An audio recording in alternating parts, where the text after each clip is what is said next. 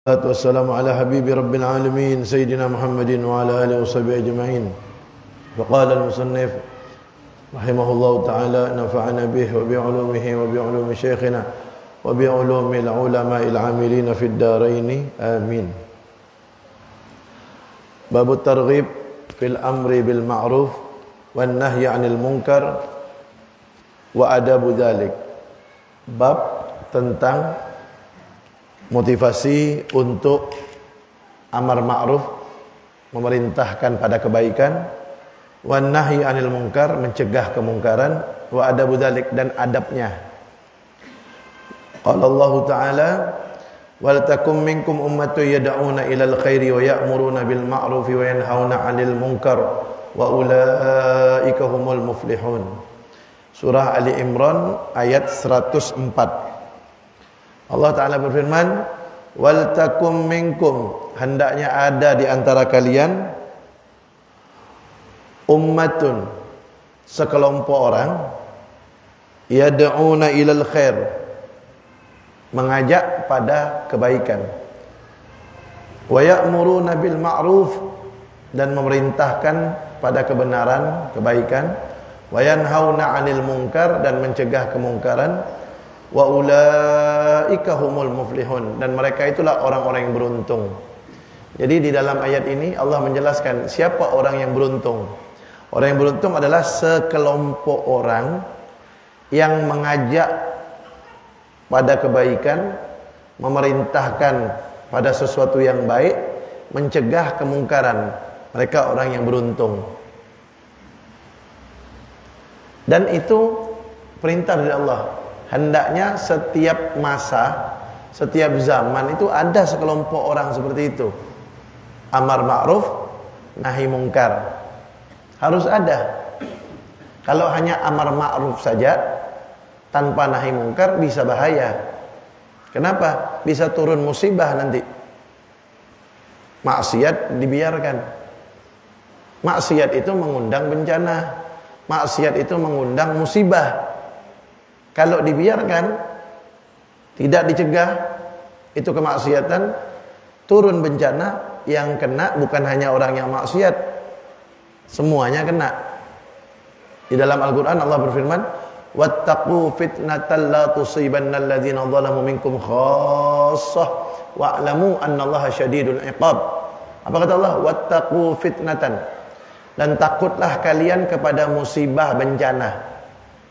La tusibannal ladzina zalamu minkum khassah, yang mana bencana itu kalau datang bukan hanya menimpa orang-orang yang ahli maksiat saja, orang-orang zalim saja, tidak. Wa'lamu, dan ketahuilah kata Allah, annallaha syadidul iqab, sesungguhnya Allah itu keras siksaannya. Artinya harus dicegah itu kemungkaran. Makanya kalau ada sekelompok orang nahi mungkar, kita bersyukur kepada dia sebenarnya. Dukung. Kalau tidak mau dukung, doakan. Kalau tidak mau doakan, diam. Jangan dinyinyir, jangan dicela, jangan diolok-olok. Kenapa? Itu yang mereka lakukan itu adalah salah satu perintah dari Allah. Ngajak orang sholat, bagus. Itu namanya kan amar ma'ruf tuh. Ngajak orang pergi majelis, bagus, amar ma'ruf namanya. Ngajak orang pergi pengajian, pergi majelis zikir, bagus. Itu namanya amar ma'ruf. Tapi jangan lupa, ada lagi yang satu.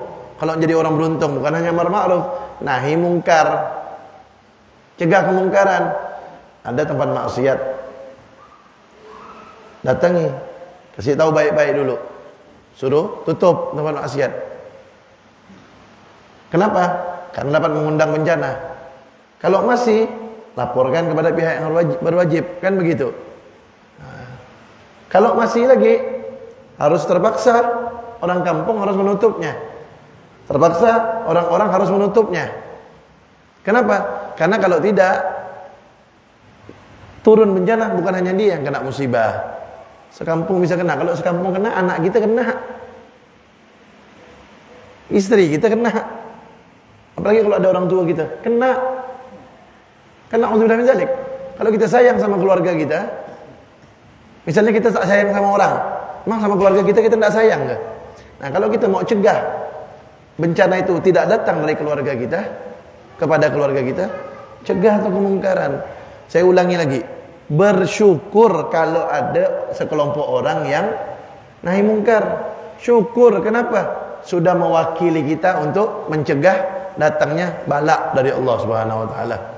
Dan di dalam ayat yang lain Allah taala berfirman, kuntum khaira ummatin ukhrijat linnas ta'muruna bil ma'rufi wa tanhauna 'anil munkari wa tu'minuna billah. Coba lihat. Kalian adalah sebaik-baiknya umat yang dikeluarkan untuk manusia, kata Allah. Tapi cirinya 3. Ta'muruna bil ma'ruf, memerintahkan pada kebaikan. Wa tanhauna 'anil munkar, dan mencegah kemungkaran. Wa tu'minuna billah, dan beriman kepada Allah, artinya jadi orang yang beriman. Coba lihat. Dalam ayat ini Allah kasih titel, Allah kasih stempel. Kalian, siapa kalian? Umat Nabi Muhammad tuh umat paling terbaik yang dikeluarkan untuk manusia. Tapi 3 syaratnya.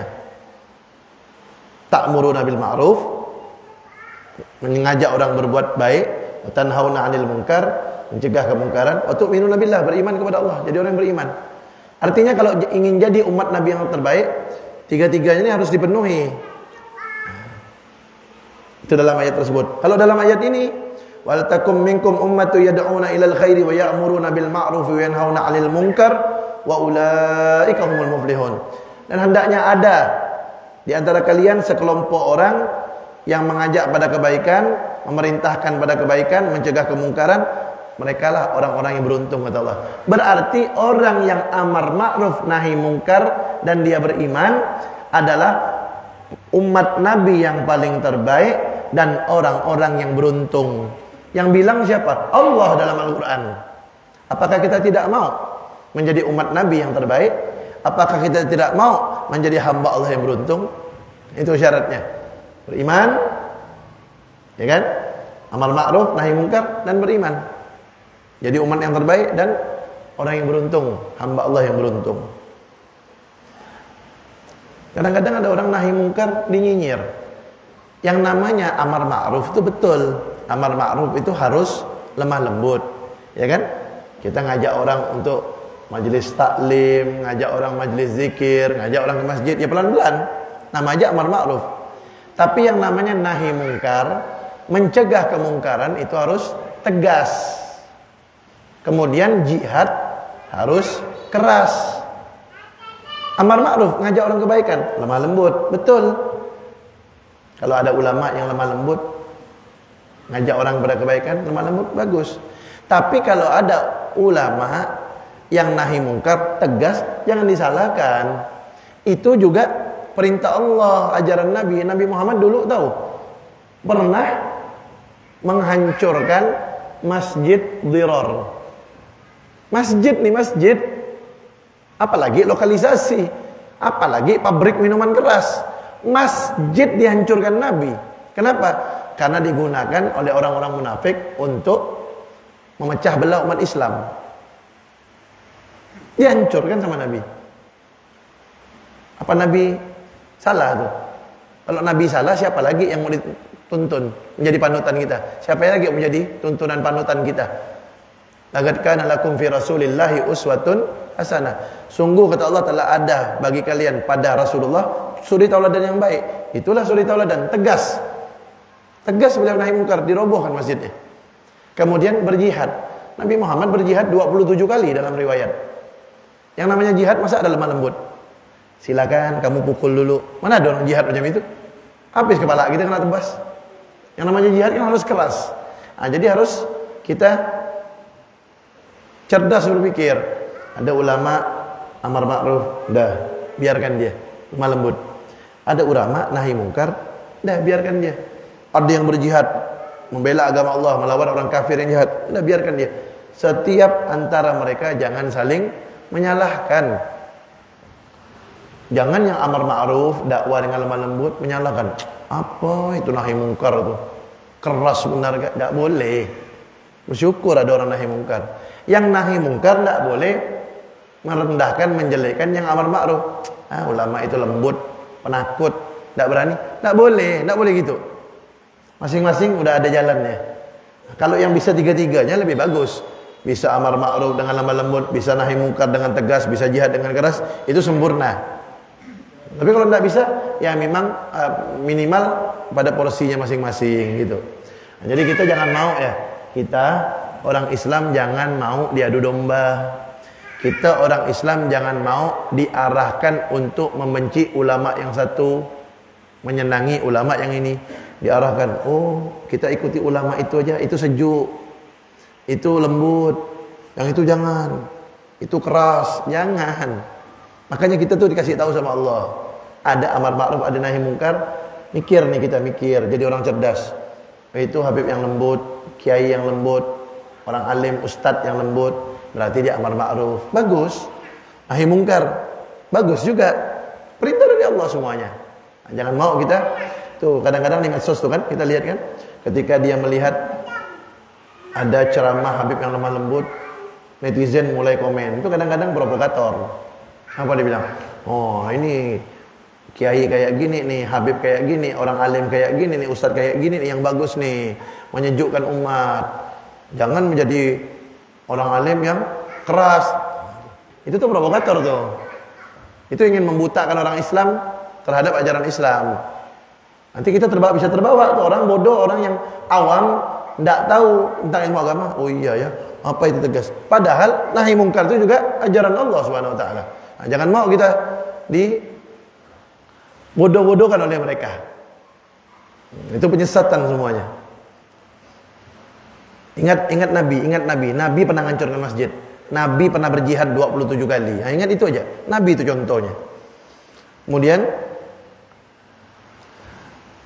ingat tuh ya, kalau ingin menjadi hamba Allah yang diakui sebagai umat yang terbaik, umat Nabi Muhammad yang terbaik, hamba Allah yang beruntung, beramar ma'ruf, nahi mungkar, beriman. 3 nih. Minimal kalau kita mau nahi mungkar itu minimal keluarga kita dulu. Anfusakum wa ahlikum narah. Jagalah diri kalian dan keluarga kalian dari api neraka. Keluarga kita dulu. Tidak sholat, itu mungkar tuh.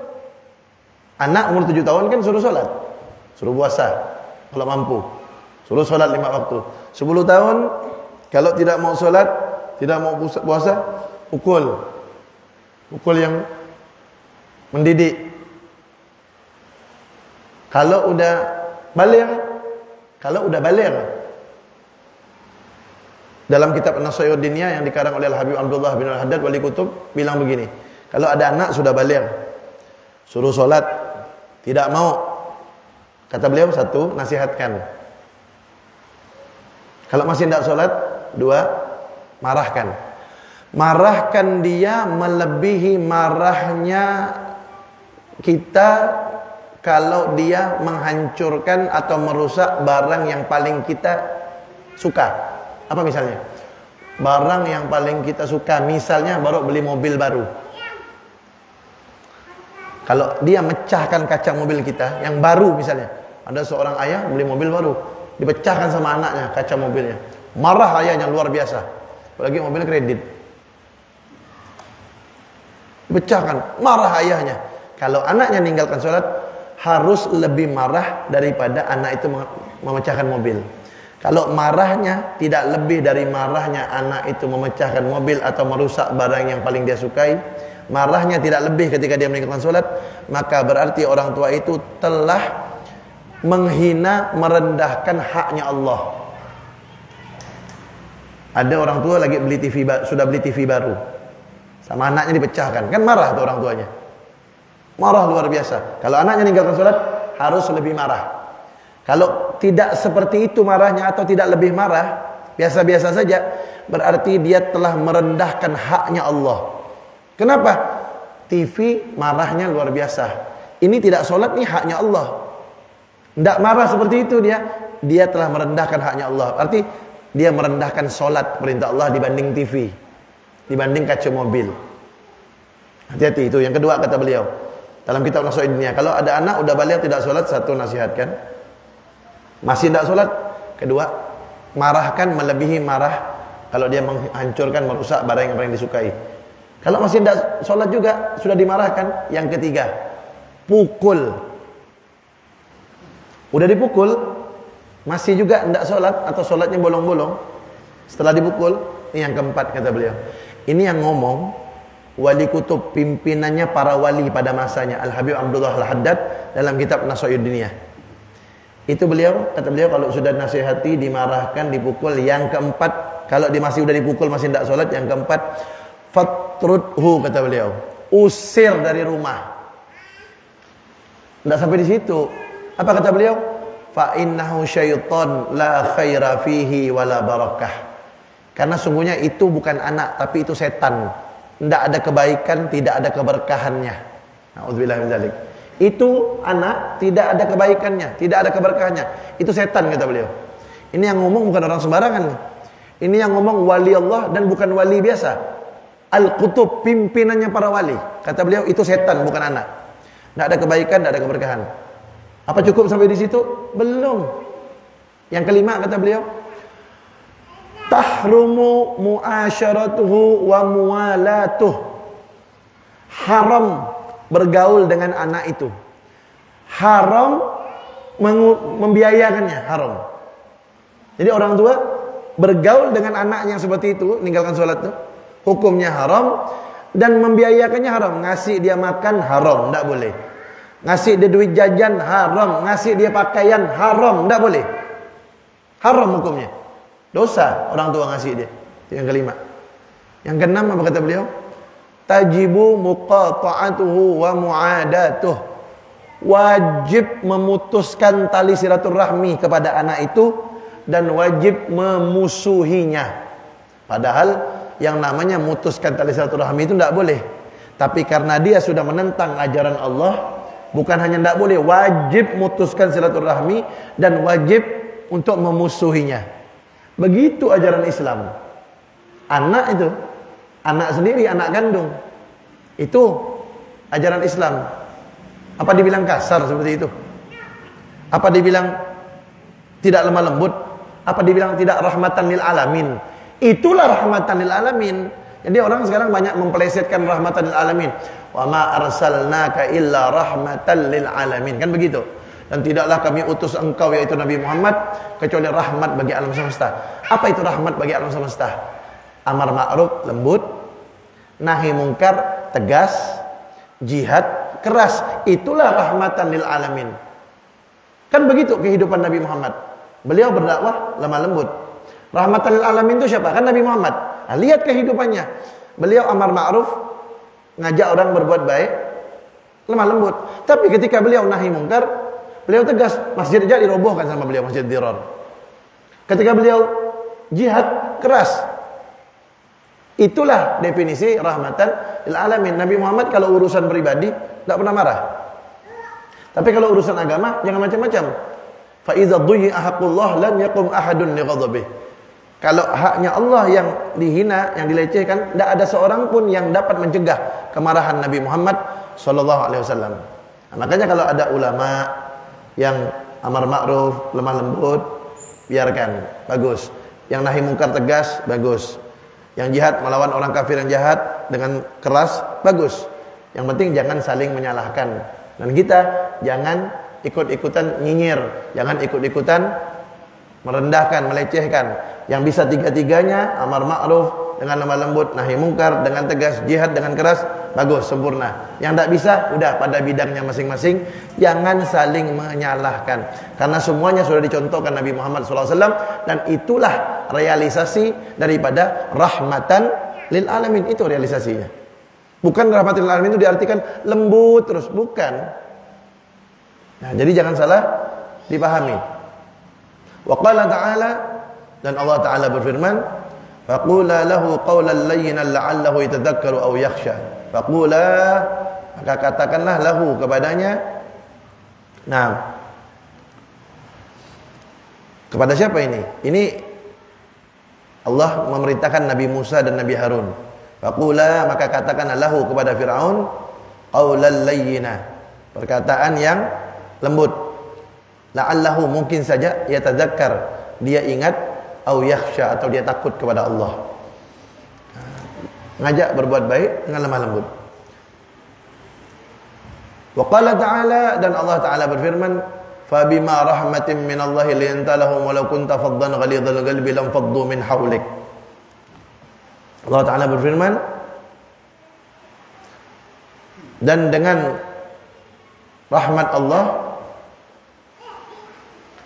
engkau lemah lembut kepada mereka. Ini untuk Nabi Muhammad nih. Ini ajakan bicara untuk Nabi Muhammad. Dan dengan rahmat dari Allah engkau lemah lembut kepada mereka. Walau kunta faddan ghalidhal qalbi, jika engkau kasar, kata Allah, tidak baik akhlaknya, ghalidhal qalbi, hatinya keras, lam faddu min haulik, niscaya mereka akan lari darimu. Artinya kalau ketika amar ma'ruf tuh, amar ma'ruf ngajak orang untuk berbuat baik, tunjukkan akhlak yang baik. Jangan tunjukkan akhlak yang tidak baik. Dan jangan kasar. Kalau ketika amar ma'ruf ngajak orang berbuat baik, contohnya ngajak ke masjid, ngajak ke majelis taklim, jangan tunjukkan akhlak yang tidak baik. Senyum, tunjukkan akhlak yang baik, dan jangan kasar. Kata Allah, kalau walau kunta faddan ghalidhal qalbi, kalau kamu tunjukkan akhlak yang tidak baik dan kalau kamu kasar ngajak orang, lam faddu min haulik, nanti mereka akan lari, tidak mau mereka. Kasar ngajak orang sholat, kasar caranya, tidak baik akhlaknya, tidak ngikut orang, nanti bakal lari. Nah, jadi kalau ketika berdakwah, ngajak orang berbuat baik dengan lemah lembut, sudah diajarkan oleh Allah Subhanahu wa taala. Kemudian wa an Abi Sa'id Al-Khudri radhiyallahu anhu qal sami'tu Rasulullah sallallahu alaihi wasallam yaqul man ra'a minkum munkaran falyughayyirhu bi yadihi fa illam yastati' fa bi lisanihi fa illam yastati' fa bi qalbihi wa dzalika adhaful iman, rawahu Muslim wa Ahmad wal arba'ah. Coba lihat dari sahabat Abu Sa'id Al-Khudri radhiyallahu anhu, beliau berkata, kata beliau, saya mendengar Rasulullah SAW bersabda. Perhatikan, kata Nabi, man ra'a minkum mungkaran, siapa di antara kalian yang melihat suatu kemungkaran, siapapun di antara kalian yang melihat suatu kemungkaran, maka hendaknya dia rubah kemungkaran itu dengan tangannya, dengan kekuatannya. Kalau pejabat, dengan tanda tangan suruh anak buahnya, ubah kemungkaran itu menjadi kebaikan. Fa illam yastati', kalau tidak bisa dengan tangan, dengan kekuatan, fa bilisanih, dengan lidah, dengan ucapan nasihat. Fa illam yastati', kalau tidak bisa juga dengan nasihat, dengan ucapan, fa biqalbih, maka dengan hati, hatinya mengingkari. Wa dzalika adhaful iman, dan ingkar dengan hati itu iman yang paling lemah. Apa contohnya?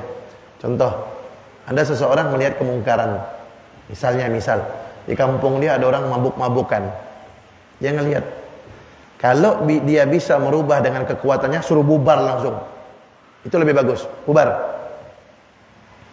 Kalau tidak bisa, takut terjadi hal-hal yang tidak diinginkan, maka dengan ucapan nasihatkan mereka. Kalau dengan nasihat, ucapan pun takut dikeroyok misalnya karena mereka ramai, maka cukup dengan hati. Hati artinya apa? Tidak senang dengan perbuatan itu. Kenapa? Dia ingin membubarkan, tidak bisa, ingin menasihatkan, tidak bisa, maka cukup dengan hati, tidak senang dengan perbuatan itu. Dan ingkar dengan hati itu iman yang paling lemah, kata Nabi Muhammad. Makanya kalau ada dalam hadis yang lain, Nabi bersabda begini, kata Nabi, iza umilatil khati'ah fil ardi kana man syahidaha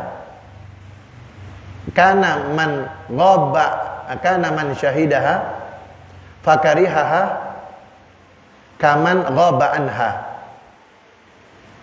wa man ghaba anha faradiyaha kaman syahidaha. Itu kata Nabi. Apa artinya? Jika dilakukan suatu kemungkaran di bumi, kemudian orang yang melihatnya tidak senang, maka seakan-akan dia tidak melihatnya, tidak dosa artinya. Kayak tadi itu contohnya, mabuk, dia tidak bisa membubarkan, tidak bisa menasihatkan, tapi dia tidak senang. Itu dia seperti tidak menyaksikan, artinya tidak dosa dia. Kemudian apa kata Nabi? Dan barang siapa yang tidak menyaksikannya secara langsung, tidak menyaksikannya, tapi senang dengan perbuatan itu, maka dia seperti orang yang menyaksikan, artinya dosa dia. Nih saya kasih contoh. Misalnya ada orang berbuat maksiat di ujung dunia, misalnya di ujung dunia. Dari mana kita tahu? Sekarang ada medsos, ada TV.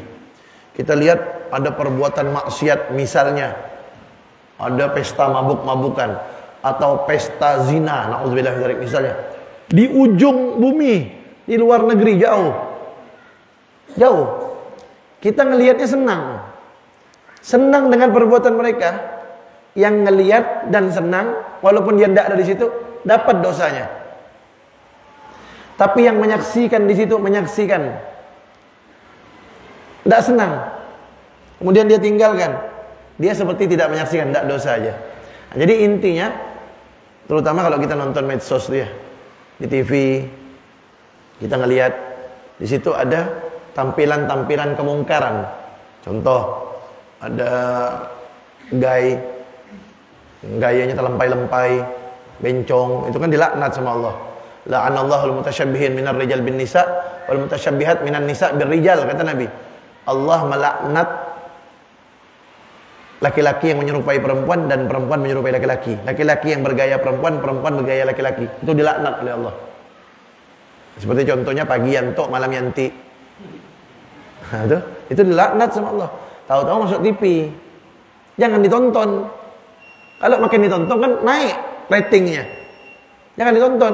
Kalau ditonton suka, bahaya. Itu kemungkaran. Yang nonton dosa. Apa lagi contohnya? Melihat ada tayangan-tayangan di pantai misalnya, laki-laki perempuan pakai bikini, buka aurat. Kita ngelihat, senang, biar dia di luar negeri. Yang nonton senang, dosa. Enggak, Bib, Ana enggak senang, Bib. Ana mengingkari, tapi channelnya tetap tak dirubah-ubah. Kalau enggak senang, dirubah channelnya. Kalau dibuka TV itu semua kayak gitu channelnya, mati kan TV-nya. Gitu. Nah, jadi kemungkaran walaupun jauh, tapi kita tidak ridho. Walau kemungkaran walaupun jauh, ada orang ridho, senang, dapat dosa. Tapi kemungkaran walaupun dekat, dia tidak ridho, tidak senang, tidak dosa. Ya, itu kata Nabi. Apa kata Nabi Muhammad SAW?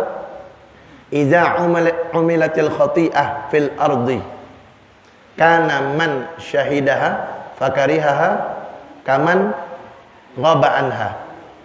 Wa man ghaba anha faradiyaha kaman syahidaha. Apabila, kata Nabi, dilakukan perbuatan kemungkaran, perbuatan dosa di bumi, maka yang hadir di situ tapi dia tidak senang, maka dia tidak dosa. Tapi barang siapa yang tidak hadir, dia mendengar, dia melihat berita itu dari jauh, dia senang, maka dia berdosa. Jadi ingkar dengan hati itu iman yang paling lemah. Kemudian terakhir ada satu sabda Nabi Muhammad SAW. Apa sabda Nabi? Afdalul jihad qaulu haqqin inda sultanin jair. Ya. Afdalul jihad qaulu haqqin inda sultanin jair. Atau kama qala, kata Nabi, jihad yang paling afdal itu adalah mengatakan kebenaran kepada pemimpin yang zalim. Itu jihad yang paling afdal. Sampaikan kebenaran kepada dia. Ada pemimpin zalim, kita sampaikan kebenaran kepada dia. Nabi kan pernah bersabda, qulil haqqa walau kana murran. Katakan yang benar walaupun pahit. Sampaikan. Pemimpin zalim, sampaikan kepada dia tentang kezalimannya. Katakan yang benar kepada pemimpin yang zalim itu. Maka dia telah melakukan jihad yang paling afdal, jihad yang paling mulia, jihad yang paling terbaik. Kenapa? Kadang-kadang kan kebanyakan orang takut berbicara kepada pemimpin yang zalim, apalagi sudah kena duit. apalagi sudah kena makan jasanya. Takut untuk berkata yang benar kepada pemimpin yang zalim. Makanya kata Nabi, afdalul jihad qaulu haqqin inda sultanin jair. Jihad yang paling afdal adalah berkata yang benar kepada pemimpin yang zalim. Katakan. Makanya kalau orang tidak makan jasa, tidak makan duit dari pemimpin, dari pejabat, dia bisa berkata apa saja untuk menasihatkan, bisa mengkritik. Kenapa? Karena mulutnya tidak terkunci dengan jasa dan duit pejabat pemimpin. Tapi kalau sudah makan duit pejabat, makan duit pemimpin, makan jasanya, pemimpin itu zalim atau melanggar, mau ngomong tak enak. Mau ngomong apa? Udah makan jasa, makan duitnya. Ya. Nah, wallahu a'lam bishawab. Kita dengarkan azan dulu.